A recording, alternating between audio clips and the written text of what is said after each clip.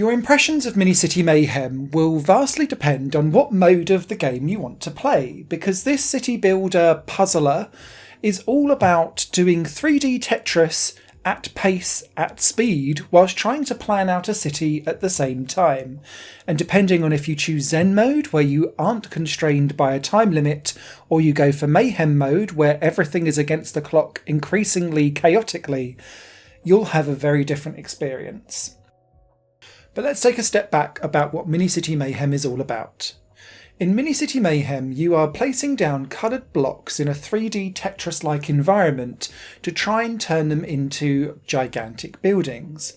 Buildings will then house population, and in Mayhem mode the population is constantly increasing as people move into your city, and you need to make sure you lay down the right buildings in the right spaces to keep up with that population boom.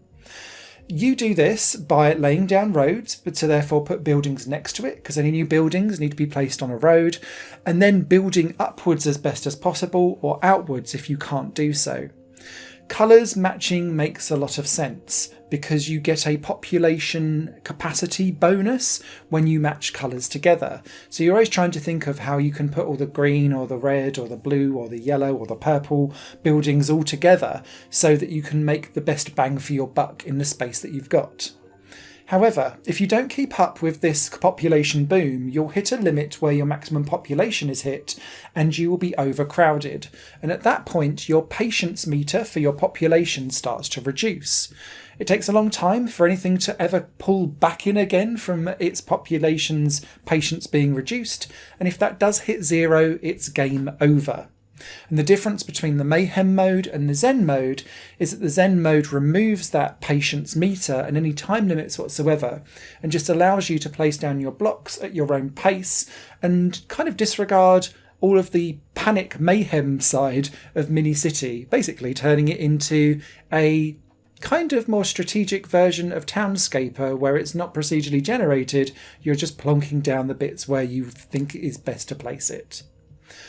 Now, this game is chaos if you're playing it on Mayhem mode, because it's fast, it's furious, it doesn't give you much time to make a decision, because that population increase, especially after say the first 2 maps of the 9 maps in this game, comes in thick and fast, and the maps have like rivers running through them and you can't build on water, and you're always having a bit of a cooldown before you can build a new road, so you're thinking, Christ, where do I put the next one?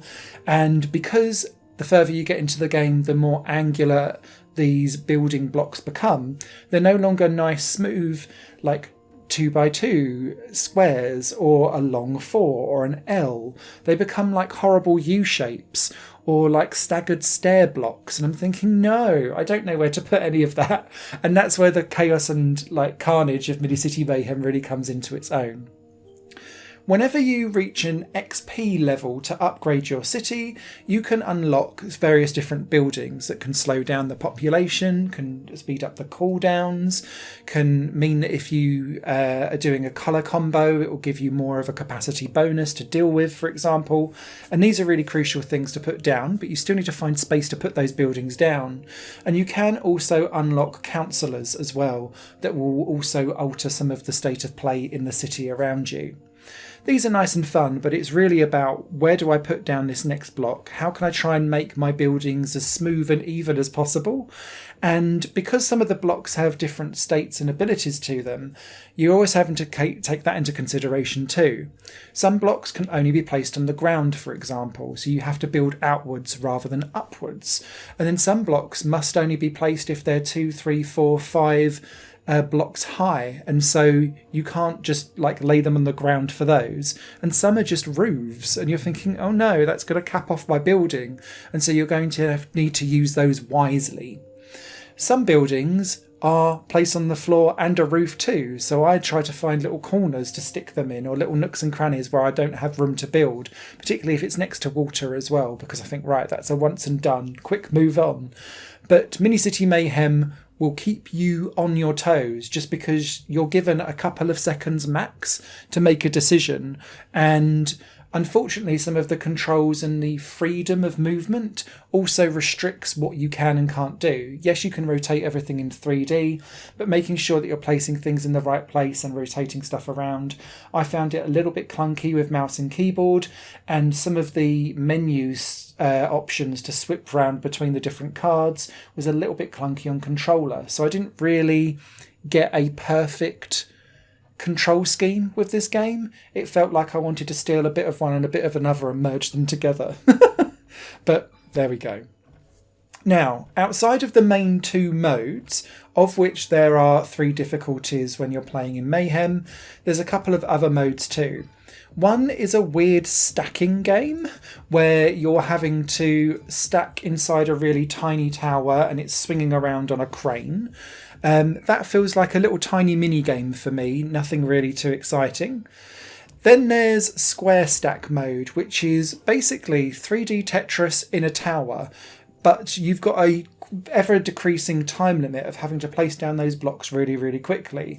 And so you're trying to essentially build up an ever gigantic stack and making sure it's nice and smooth, and that's a little mini challenge and well worth, I'd say, for like a multiplayer pass around time trialer to see who survives the highest and gets as far as possible. And then there is sandbox mode, which just allows you to build whatever you want, dropping down all of the different buildings as you go. And that is really as close to an exacting townscaper as you could probably get with this game. But this really is all about mayhem mode if you've got the not the patience for it, but the adeptitude of being able to make really quick, fast, snap decisions and not just turning your city into an absolute shambles.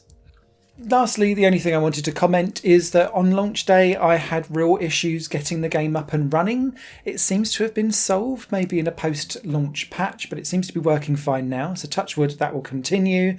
And I also had problems actually getting any of the leaderboards to work as well. It's really hit and miss. But those little tiny niggles aside that I'm sure will be patched and improved over time, Mini City Mayhem is a cheap, cheerful challenge, and what's not to love when you're trying to build a city under due pressure like a 3D Tetris gone a little bit haywire.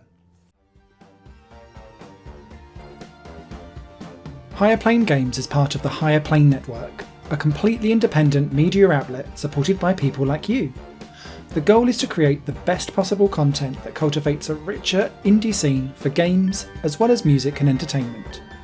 To find out more and to get involved, visit patreon.com/higherplane-network.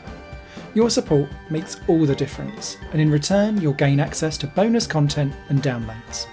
Thank you for watching.